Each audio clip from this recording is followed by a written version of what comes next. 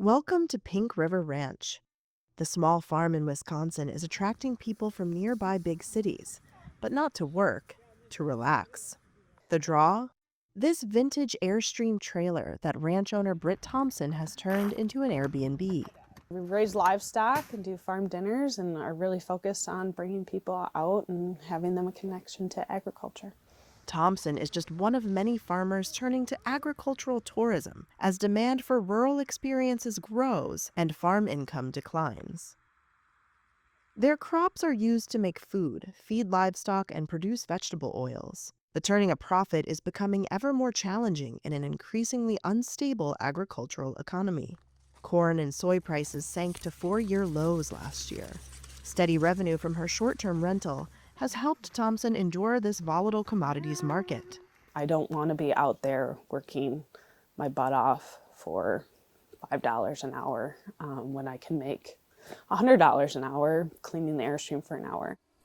Farmers have long offered pumpkin patches, hay rides, and corn mazes to lure customers. But aided by platforms like Airbnb and camping websites like Harvest Hosts and The Dirt, agritourism has boomed as urbanites look to spend time in the countryside. Consumers are looking for more authentic experiences for the most part. Ryan Pesh is an agricultural business extension educator at the University of Minnesota. It's one of those strange things about modern lifestyles. We are uber connected via our phones and devices, yet at the same time, we can feel very lonely and feel very disconnected from the land, from where our food comes from. Gathering with half a dozen people on farm, eating food that came from those fields. That can be a magical experience. And that's really what a lot of agritourism producers are looking to conjure up for folks. The trend has picked up since 2020, when people were initially drawn by social distancing. The number of U.S. farm stays on these platforms increased by 77% in the last 5 years, says data firm AirDNA. That's roughly twice the increase in overall listings. Nationally, about 7% of farms offer tourism opportunities, according to research from the University of Vermont. And many have boosted their revenue by $25,000 to $100,000 a year. Some can make upwards of $1 million. The added income is a welcome boon. Low crop prices, high interest rates, and steep costs for seeds, fertilizer, and labor are all adding pressure, farmers and industry experts say. The U.S. Department of Agriculture says farm income has dropped 23% from 2022.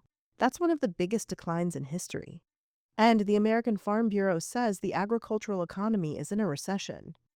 They tax us, we tax them. This year could also bring further financial pain if U.S. President Donald Trump's trade wars with Canada, Mexico, and China are prolonged. Yeah, it's a fantastic way to create stability. Catherine Topol runs Smoky Mountain Mangalitsa, a hog farm in North Carolina that sells its pigs to restaurants. It started hosting campers as COVID struck and eateries closed. One minute, you feel like you have too many, and the next minute you don't have enough for your market. I mean, it really is a very bizarre and uncertain world with livestock anyway. But the camping has certainly contributed to the stability for them and for us and for keeping the farm a farm.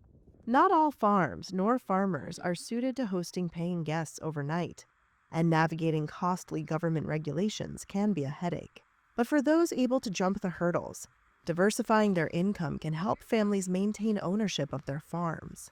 Some said they can pay off debt and provide jobs for younger generations, who often prefer building websites and managing rentals over working the land. Helping others connect with nature while raising children in a rural setting also provides motivation. We still want to enjoy the lifestyle. We still want to do agriculture, but we're less willing to make sacrifices to do it than we used to be.